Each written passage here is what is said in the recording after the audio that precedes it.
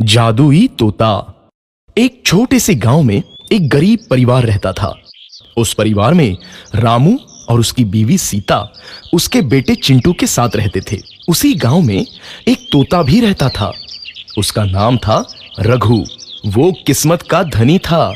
जहां भी जाता वहां किसी भी चीज की कमी नहीं पड़ती थी।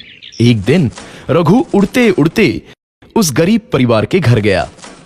रघु सोचता है, अरे वाह, लगता है यहाँ आज बहुत अच्छा खाना मिलेगा। मैं पेट भर के खाऊंगा। वो एक कटोरी में रखे अमरूद देखता है। अरे वाह, अमरूद मुझे तो ये बहुत पसंद है। मैं तो इसे पेट भर के खाऊंगा। रघु तोता अमरूद खाने ही लगता है। तभी सीता रघु को अमरूद खाते देखती है तो गुस्सा हो जाती है और उसे वहां से भगा देती है।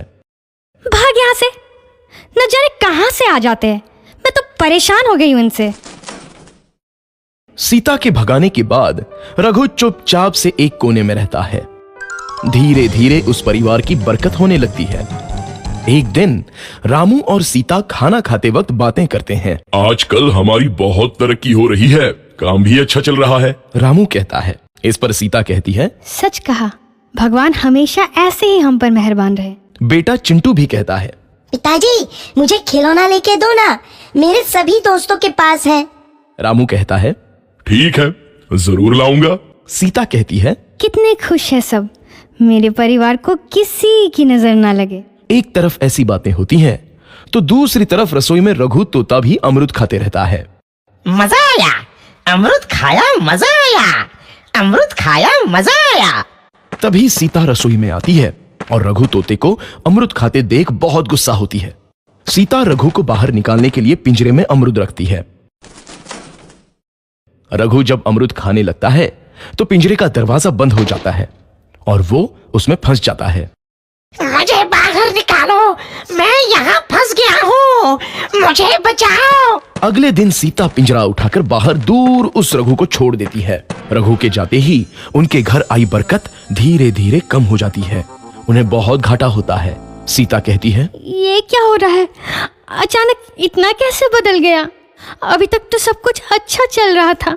रामू कहता है, लगता है भगवान हम पर रूठ गए हैं। चिंटू भी कहता है, लगता है अब मुझे खिलौने भी नहीं मिलेंगे। और वो रोने लगता है और बाहर चला जाता है। कुछ दिन बाद रघु तोता फिर से उस घर में आता है। वापस आया, मैं वापस आया, अब मैं जमकर अमरूद खाऊंगा।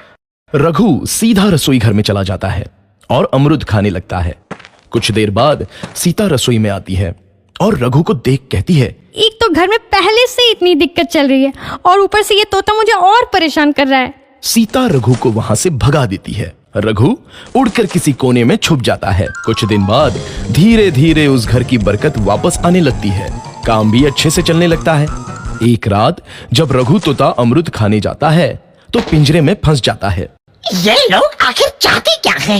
एक तोते को शांति से अमरूद खाने क्यों नहीं देते? मैं कौन सा चोरी कर रहा हूँ, बस अमरूद ही तो खा रहा हूँ। तभी रामू वहां आता है और पिंजरे में रघु तोते को देख उसे बाहर छोड़ देता है। ये तोता भी कितना जिद्दी है, बार बार वापस आ जाता है। जैसे ही रामू रघु को छोड़ देता है, अगले दिन से फिर से उनके घर की बरकत जाने लगती है। काम में घाटा होता है। किसी को समझ नहीं आ रहा था कि ऐसा क्यों हो रहा है। रघु तोता घर आता है तो अचानक बरकत आती है और जब रघु तोता को बाहर निकालते हैं तो बरकत चली जाती है। एक दिन सीता रघु तोते के घर आने और बाहर जाने की स्थिति पर नजर रखती है। ये तोता जब भी घर आता है तो घर में बरकत आती है और जैसे ही ये घर से बाहर जाता है तो उसी के साथ बरकत भी चली जाती है। कहीं ये जादुई तोता तो नहीं है? अगली बार जब ये तोता घर आएगा तो मैं इसे कहीं नहीं जाने दूंगी। सीता रघु का बहुत इंतजार करती है लेकिन रघु तोता दोबारा उस घर में कभी नहीं आता।